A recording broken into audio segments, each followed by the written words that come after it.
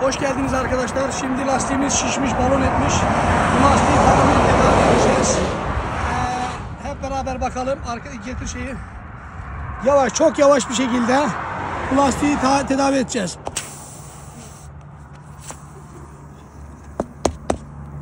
Buradan